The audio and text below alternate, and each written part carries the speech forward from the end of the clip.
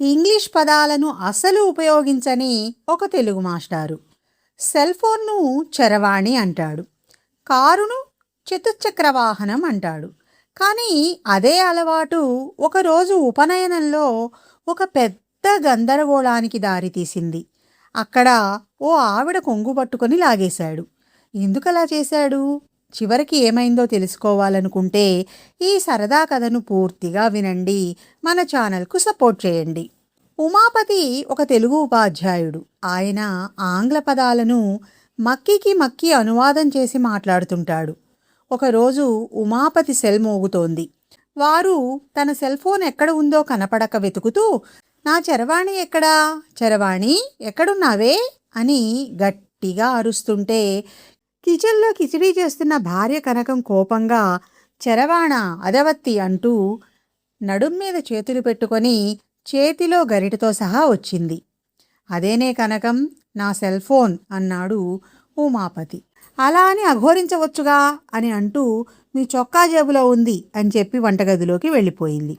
వెంటనే జేబులోంచి cell phone తీసి ఆకుపచ్చ మీట నొక్కి ఎవరు అన్నాడు. నేను బావా రమాపతిని. మా అబ్బాయి గణపతికి ఈ నెల 10వ తేదీన ఉపనయనం చేస్తున్నాము. మీరు మా చెల్లి తప్పక రావాలి. ఏ ట్రైన్కి వస్తారో చెప్తే స్టేషన్కి కారు పంపిస్తాను. సరేలే వస్తానులే బావా అని సెల్ పెట్టేసి కనకం ఇటు రావోయ్ అని భార్యను పిలిచాడు. కనకం వచ్చిన తరువాత మీ అన్న కొడుకు ఉపనయనమట, తప్పకుండా రమ్మన్నాడు. అంచేత దరిద్ర రథంలో 2 శయనాలు పుస్తకం చెయ్యమని ఆ సంతోషకర ప్రయాణాల వాడికి నీ చరవాణిలో చెప్పేయి అన్నాడు. కనకం నెత్తి నోరు కొట్టుకుంటూ మీ భార్యనైన పాపానికి దరిద్ర రథం అంటే గరీబ్ రథని, శయనాలు అంటే బెత్ అని అర్థమైంది. ఆ పుస్తకం చెయ్యడమేమిటో, ఆ సంతోషకర ప్రయాణాల వాడు ఎవడో మీరే వివరించి నన్ను అనుగ్రహించండి మహాప్రభో అని బతిమాలింది. అదేనే మన వెనక వీధిలో ఆనంద్ ట్రావెల్స్ వాడికి బుక్ చేయమని చెప్పు అన్నాడు సింపుల్గా. అయ్యా అధికార భాషా చైర్మన్ గారు, మీకో దండం అని 2 చేతులు శబ్దం వచ్చేలా కొట్టింది కనకం. ఇక ఉపనయన మహోత్సవానికి బయలుదేరారు ఆ దంపతులిద్దరూ. దారిలో తినడానికి పూరీలు కూర చేసుకుని బయలుదేరారు. సరే కాని కనకం, అంత పెద్ద పుస్తకం తెస్తున్నావు ఎందుకు, కాలక్షేపానికా అన్నాడు ఉమాపతి తన భార్య చేతిలోని పుస్తకాన్ని గమనించి. అయ్యో రామా, మీతో మాట్లాడాలంటే తెలుగు నిఘంటువు కూడా వెంట తీసుకుని రావాలి కదా, అదే తెస్తున్నాను నవ్వుతూ చెప్పింది కనకం. నీకు మరీ వేళాకోళం ఎక్కువైందోయ్ ఈ మధ్య అన్నాడు ఉమాపతి. ట్రైన్ ఎక్కి అన్నీ సర్దుకొని కూర్చున్న తరువాత కనకం, అసలే నీది ద్విగవాక్షసేనం, మెళ్ళో నగలు గట్రా జాగ్రత్త అన్నాడు ఉమాపతి.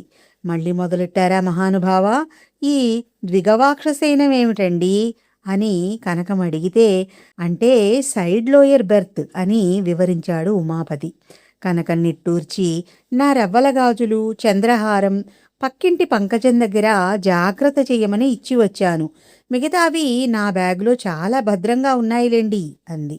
అయ్యో, ఏ లెక్కాపత్రం లేకుండా వాళ్ళింట్లో ఎందుకు పెట్టావే, రేపొద్దున ఆవిడ నా దగ్గర పెట్టలేదంటే ఏం చేస్తావే, అసలే ఆమె మొగుడు మన్మథరావు పానబోతూ పరిభ్రమణబోతూను అన్నాడు. కనకం అయోమయంగా, ఈ పానబోతూ పరిభ్రమణబోతూ ఏమిటండి అంటే, అదేనోయ్ తాగుబోతూ తిరుగుబోతూ అని వివరించాడు ఉమాపతి. మహానుభావ, ఇంగ్లీష్ పదాలకే అనుకున్నా, తెలుగు పదాలకు కూడా పర్యాయ పదాలు కనిపెడుతున్నారా అని తలబాదుకుంది. అది సరే కాని మనకు ఆ తెలుగు ఖాతా కార్యాలయంలో తాళపేటిక ఒకటి విలపించింది కదా, అందులో పెట్టి రావలసింది అన్నాడు. కనకం కాసేపు ఆలోచించి, ఓహో, ఆంధ్రా బ్యాంకులో లాకర్ ఒకటి ఏడ్చింది కదా అని అంటున్నారా, మీరే పెట్టి రావచ్చు కదా అని దబాయించేసరికి నోరు మూసుకొని పడుకున్నాడు. పొద్దున్నే హైదరాబాద్ చేరారు. మీ అన్న చతుశ్చక్ర వాహనం పంపిస్తానన్నాడు, పంపలేదు చూశావా అని అంటూ బిక్కమొహంతో చూస్తున్న కనకంతో, అదేనే కారు అన్నాడు. సరేలేండి, ఈ త్రిచక్ర వాహనంలో వెడదాం అంటూ ఆటోని పిలిచింది కనకం. అలా ఆటోలో ప్రయాణం చేసి ఫంక్షన్ హాల్ దగ్గర దిగి లోపలికి వెళ్ళారు దంపతులు. బావగారిని లోపలికి ఆహ్వానించడానికి వచ్చిన బావమరిదితో దరిద్ర రథంలో వస్తానని చరవాణిలో చెప్పాను కదా, చతుశ్చక్ర వాహనం పంపలేదేమిటి అని నిలదీశాడు ఉమాపతి. రమాపతి తెల్లబోయి చూస్తూ ఉంటే కనకం వివరించింది. సారీ బావా, మా అబ్బాయి కారు తీసుకొని వెళ్ళాడు, సమయానికి కారు ఇంట్లో లేదు అన్నాడు రమాపతి. ఈలోగా తమకిచ్చిన గదిలో సామాన్లు సర్దేసింది కనకం. త్వరగా స్నానం చేసి ఆకుపచ్చ పట్టుచీర కట్టుకుని ముస్తాబై నేను మండపంలోకి వెళ్తున్నాను అంటూ ఉమాపతిని కూడా త్వరగా రమ్మని వెళ్ళిపోయింది. ఉమాపతి కూడా త్వరగా తయారై అరే నా ఉపలోచనాలు ఎక్కడా అని కళ్ళజోడు కోసం వెతకడం మొదలుపెట్టాడు. కానీ కళ్ళజోడు ఎక్కడుందో కనపడలేదు. అలాగే తడుముకుంటూ మండపంలోకి వెళ్ళాడు. అంతా మసక మసగ్గా ఉంది. ఎవరూ సరిగ్గా కనపడడం లేదు. భార్య కోసం వెతుకుతున్నాడు. కనకం ఎక్కడుంది అనుకుంటూ ఉంటే అక్కడే ఆకుపచ్చ రంగు చీర కనపడింది. అదిగో కనకం ఇక్కడే ఉంది అనుకుంటూ వెళ్ళి ఆమె కొంగు పట్టుకు లాగాడు. ఆవిడ తిరిగి చూసి ఉమాపతి గోబ గుయ్యమనిపించింది. ఏంటి తిక్కతిక్కగా ఉందా, వదులు చీర అని ఆవిడ అనేసరికి అసలు ఏమైందంటే నా ఉపనయనాలు కనబడలేదు అంటూ ఉమాపతి ఏదో చెప్పబోతుంటే అక్కడ ఉన్నవారు ఏంటి ఉపనయనాలు ఆగిపోయాయా, ఎందుకబ్బా, ఏమైందబ్బా, ఎందుకిప్పుడు సడన్గా ఆపేస్తున్నారు అని వారిలో వారు గుసగుసలాడటం మొదలుపెట్టారు. ఆవిడ భర్త వచ్చి కాలరు పట్టుకొని ఉపనయనానికి వచ్చి ఉపనయనాలు కనబడడం లేదంటావేమిటి అంటూ కొట్టబోతుంటే కనకం అది చూసి పరిగెత్తుకుంటూ వచ్చి వారిని ఆపి అన్నయ్య గారు ఆయన మా ఆయనండి, క్షమించండి, ఏదో పొరపాటయింది అంటూ ఏంటండి ఇది అంది. కనకం నువ్వు ఇందాక ఆకుపచ్చ రంగు చీర కట్టుకున్నావు కదా, చీరెప్పుడు మార్చావు, నా ఉపనయనాలు కనపడక నేను చూస్తుంటే అన్నాడు.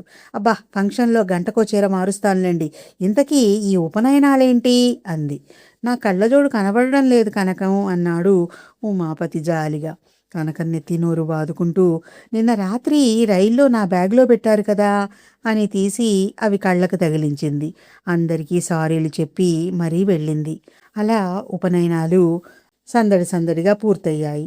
తిరిగి వారు ఊరికి బయలుదేరి వెళ్ళేటప్పుడు రమాపతి తన బావగారిని ఆట పట్టిస్తూ బావా ఈసారి వచ్చేటప్పుడు ఉపనయనాలు తీసుకునిరా, అదే బావా స్పేర్ కళ్ళజోడు దగ్గరుంచుకో అన్నాడు పరిహాసంగా. అలా నవ్వుల ఉపనయనాలు ముగిశాయి. ఈ కథ మీకు నచ్చితే please like, share and subscribe.